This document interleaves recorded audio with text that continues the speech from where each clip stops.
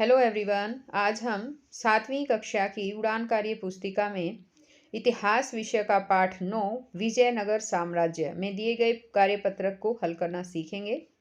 सभी बच्चे वीडियो को शुरू से लेकर अंत तक पूरी देखें और अगर आप अभी तक चैनल पर नए हैं तो मेरे चैनल को सब्सक्राइब भी करें और साथ में दिए बेल आइकन को जरूर प्रेस करें। और अगर आपको वीडियो अच्छी लगे तो इसे लाइक भी करें, अपने दोस्तों के साथ शेयर भी करें। तो देखिए बच्चों, शुरुआत करते हैं हम। यहाँ पर कार्यपत्रक 1 दिया गया है और कार्यपत्रक 1 में पहला क्वेश्चन है कि आप विजयनगर के बाजार में घूमने निकले हैं। वहाँ आप क्या क्या देखते हैं, अपने अनुभव को शब्दों में लिखें। तो आपको अपने अनुभव यहाँ पर लिखने हैं बच्चों। जैसे आप बाजार में जाते हैं, वहाँ पर क्या क्या देखते हैं वो सब आपको लिखना है। जैसे बाज़ार में बहुत सारी दुकानें होती हैं तो आप ऐसे लिख सकते हैं कि बाज़ार में बहुत सारी दुकानें बनी हुई है, कुछ खाने पीने की दुकान है, कुछ औरतें चूड़ियाँ खरीद रही हैं, बच्चे मिठाई और खिलौने खरीद रहे हैं, चारों ओर काफ़ी भीड़ है। तो इस तरह से ये बात आपको यहाँ पर दिए गए बॉक्स में लिखनी है। अब आगे आ जाता है कार्यपत्रक 2 और उसमें दिया है कि कृष्णदेव राय पर टिप्पणी लिखें। तो अब हम यहाँ लिखेंगे, कृष्णदेव राय ने तुलु वंश की नींव रखी और वह स्वयं विजयनगर पर शासन करने लगा। उसने 1509 ईस्वी से 1529 ईस्वी तक शासन किया। कृष्णदेव राय को विजयनगर के पुराने शत्रु बहमनी राज्य के उत्तराधिकारी राज्यों और उड़ीसा का मुकाबला करना पड़ा।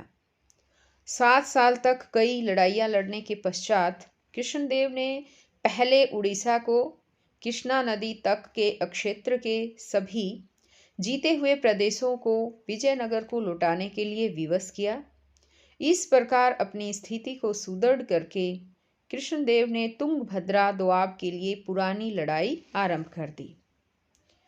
अब यहाँ पर आगे कार्यपत्रक 3 दिया गया है और इसमें पूछा है कि विजयनगर साम्राज्य की भवन निर्माण कला में महानवमी का डिब्बा क्या था।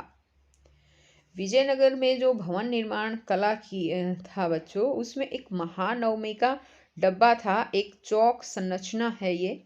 तो हम इसमें यहाँ पर पूछा है कि महानवमी का डिब्बा क्या था, तो हम लिखेंगे महानवमी का डिब्बा एक चौक संरचना है तथा हम्पी का एक अन्य लोकप्रिय आकर्षण है, जिसे राजा कृष्णदेव राय ने उदयगिरी पर हुई अपनी जीत के बाद बनवाया था।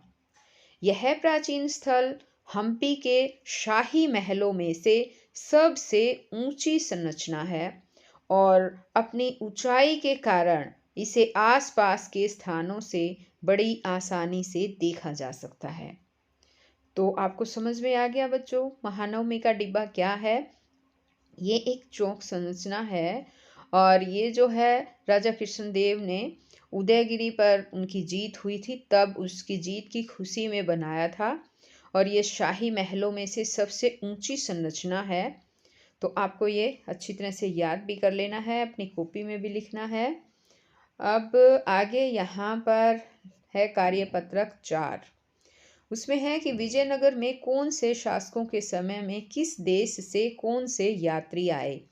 तो यहाँ पर तो शासक लिखने हैं, यहाँ यात्री लिखना है, कौन से देश से आए हैं वो लिखना है। तो यहाँ पर है 3 जो है यात्री, जिनका मैं यहाँ पर आपको बताऊंगी कि विजयनगर में कौन कौन से शासकों के समय में किस देश से कौन से यात्री आए हैं। तो सबसे पहले तो हम लिखेंगे, एक है देवराय प्रथम।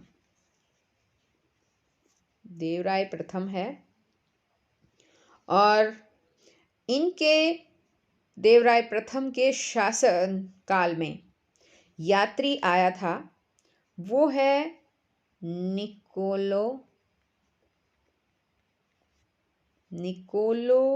डी कॉन्टी। ये यात्री आया था और ये यात्री जो है वो इटली देश का था। इटली देश का निकोलो डी कॉन्टी देवराय प्रथम के शासनकाल में जो है विजयनगर में आया था। अब आगे है दूसरा, वो है जो देवराय द्वितीय के शासनकाल में आया। देवराय द्वितीय के शासनकाल में आया, उसका नाम है अब्दुर रज्जाक। यात्री का नाम है अब्दुर रज्जाक। ठीक है बच्चों, इस तरह से लिखना है। अब्दुर रज्जाक है और ये फारसी था, फारस देश से जो है वो आया था देवराय द्वितीय के शासनकाल में। एक और भी है जो कृष्णदेव राय के शासनकाल में आया है। एक यात्री कृष्णदेव राय के शासनकाल में, उनका नाम है दुआर्ट बारबोसा। हम लिखेंगे दुआर्ट बारबोसा, ये है। और ये जो है बच्चों पुर्तगाली है, जो पुर्तगाल से आया था। ठीक है, तो इस तरह से आपको ये लिखने हैं। यहाँ पर मैंने आपको 3 यात्रियों के बारे में बताया है। तीनों ही आपको अपनी कॉपी में भी लिखने हैं, याद भी करने हैं। इन कौन से देश से आए हैं, किसके शासनकाल में आए हैं, ये सब मैंने यहाँ पर आपको समझाया है। अब आगे तो भूगोल आ जाता है बच्चों, और भूगोल का जो है नई वीडियो में ही हम इसे समझेंगे। और एक और बात है बच्चों कि अगर आपने अभी तक चैनल को सब्सक्राइब नहीं किया है तो मेरे चैनल को सब्सक्राइब ज़रूर कर लें, क्योंकि आगे से और भी मैं वीडियो बनाऊंगी आपके सब्जेक्ट के अकॉर्डिंग। वो सब वीडियो आपके पास आ जाए, इसके लिए आपको सब्सक्राइब के बटन के पास ही आपको एक बेल आइकॉन मिलेगा, उसको दबाएं।